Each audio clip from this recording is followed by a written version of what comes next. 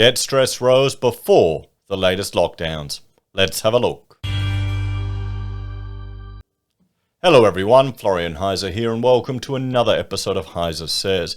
Grab your stein of coffee because we're going to have a look at an article which is highlighting the fact that stress from debt rose before we had the latest lockdowns, before we had curfews, before we had businesses being forced to shut down, and the prospect of going on a holiday even further removed and more remote. So let's have a look at this article from Mortgage Business. Debt stress rose before the latest lockdowns. Household comfort with debt was on decline during the first half of the year despite broader financial security hitting a high. A report has shown the financial comfort of the average Australian household climbed to a peak over the first half of 21 despite the rollback of government stimulus. So people were doing okay. Perhaps it's because people had built up a reserve, people had some extra money, so they weren't as stressed. Hopefully. Or maybe they'd planned ahead. They'd planned ahead for this lockdown. They've anticipated it. MeBank's biannual Household Financial Comfort Report has quantified how comfortable Aussies or Australians feel about their financial situation.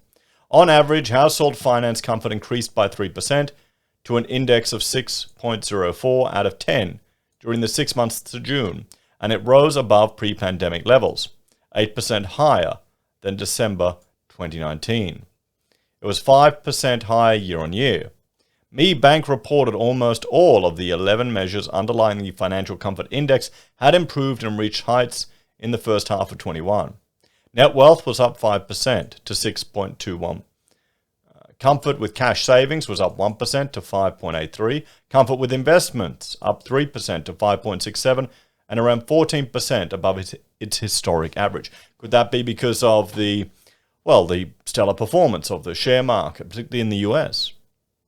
We'll see how that goes tomorrow, everyone, or tonight. So, and comfort with the expected retirement increased by 8%. However, comfort with debt of all sources was down 2% over the 6 months to 6.76%. Or sorry, not percent, 6.76. They're quantifying qualitative questions. It's comfort. So they measure it on a scale from 1 to 10. And what's interesting is not the actual number, but the change in the value. It shows you how sentiment is changing for the public. So, although it was largely consistent with the year prior, when it was 6.7 and higher than both pre-pandemic levels and historic averages in 6.55 in December 2019 and 6.25. Consulting economist Jeff Orton commented comfort levels have been bolstered by several factors, despite the phasing out of most government COVID assistance earlier in the year. These include rising investments such as property market, it's the wealth effect, guys, slightly higher average income in a rebounding job market, and more conservative spending and savings behavior. For most households, their comfort has even bounced significantly higher than pre-pandemic levels, he said.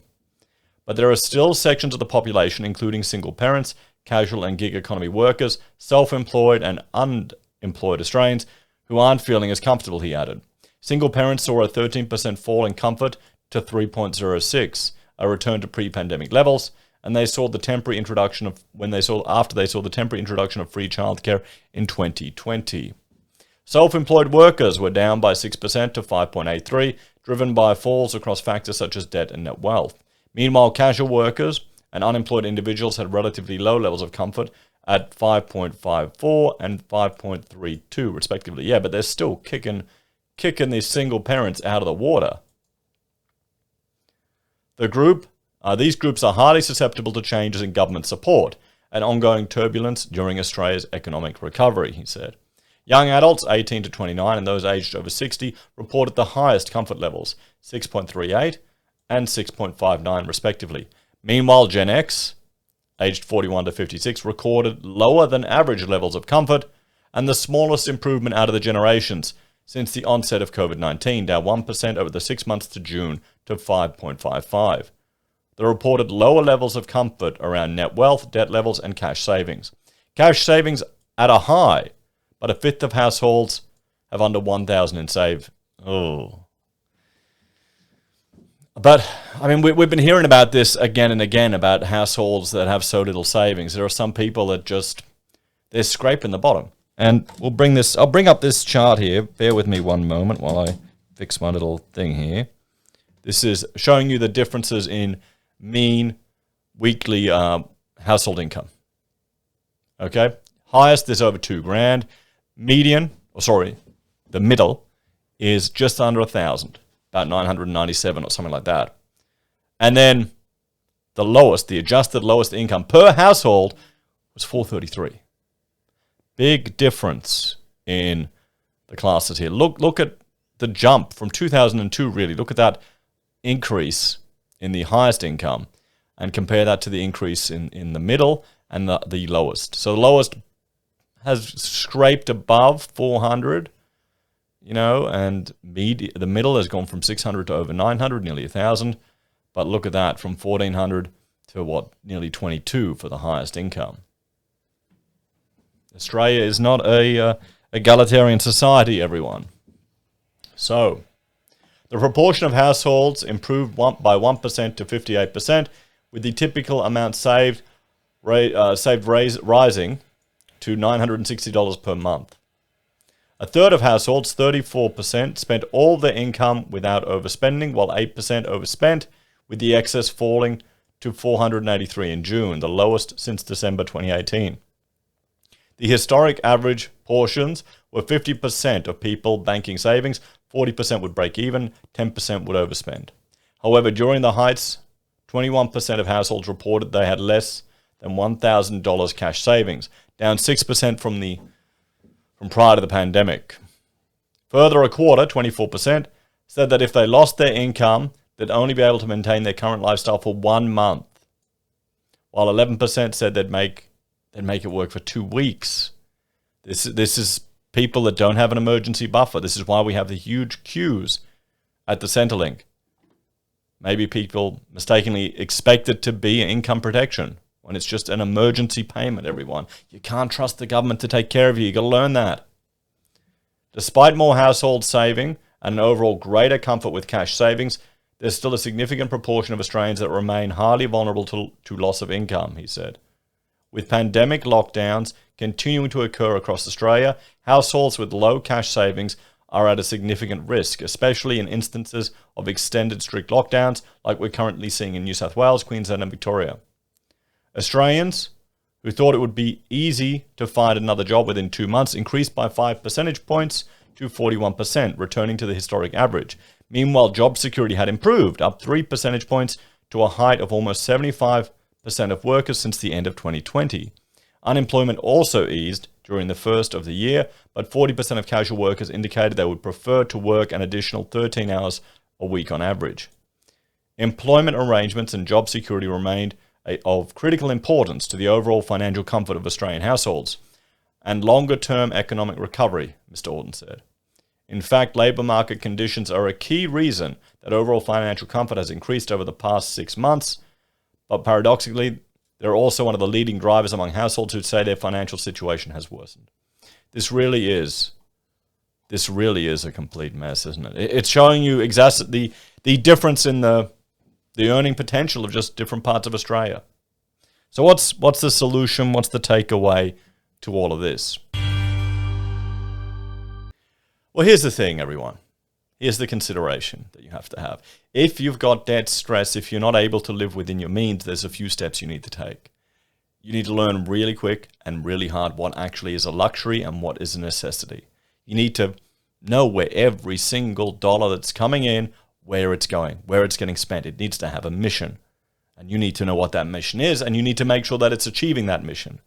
If you're in a mountain of debt, you need to get that under control before anything else. That's probably the number one driver of stress. If you're not making enough money, you need to get more work, get a diversity of income streams, which I know is going to be really hard now, and cut back on your costs. The one thing you can do is cut back on your costs.